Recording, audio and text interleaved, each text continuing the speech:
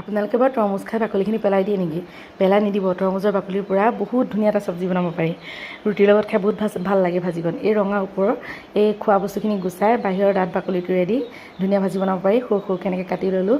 তাৰপিছতে বাকলিখিনি ধুনীয়াকৈ লগতে এটা আলু দি প্ৰেছাৰ কুকাৰত 2টা চিটি মাৰি সিজাই ল'লোঁ। তাৰপিছতে ইয়াক গোটাই লৈছোঁ। এটা বিলাহী ডাঙৰকৈ কাটি লৈছোঁ দেই। তাৰপিছত মছলাৰ ভিতৰত লৈছোঁ কেইটামান গোটা জিৰা, কেঁচা জলকীয়া, পিঁয়াজ, আদা নহৰু তেতিলাই লৈছোঁ। এয়া লৈছোঁ তেজপাত আৰু নৰসিংহ পাত। এতিয়া ব'লক একদম ধুনীয়াকৈ ভাজিখন বনাম। খুব টেষ্টি লাগে খাই।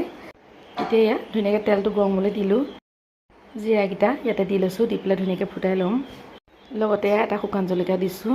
তাৰপিছত পিঁয়াজখিনিও লগতে দি দিলোঁ। পিঁয়াজখিনি দি পেলাই অকণমান ভাজি ল'ম। তাৰপিছত থেতিলাই ৰখা আদা নহৰুখিনি লগতে জলকীয়া, নৰসিংহৰ পাত গোটেইখিনি একেলগে দি পেলাই ধুনীয়াকৈ অকণমান ৰঙচুৱা বৰণ অহালৈকে লৰাই ভাজি ল'ম।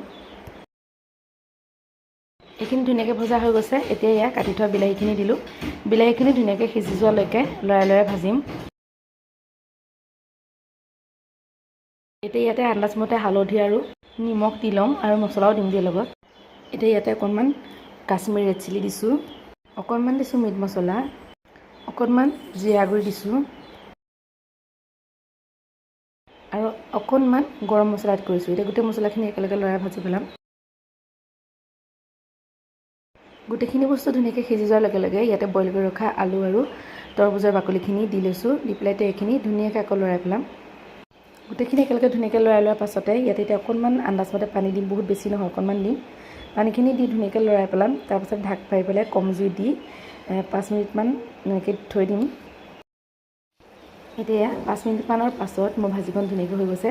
ইয়াত পানীখিনি নাই, জোখত ৰৈ গৈছে। এই ভাজিখন জেনেৰেলি ৰুটিৰ লগত খাবলৈ বেছি ধুনীয়া হয়। ভাতৰ লগতো খাব পাৰি, কিন্তু ৰুটিৰ লগত খাবলৈ বেছি ভাল হয়।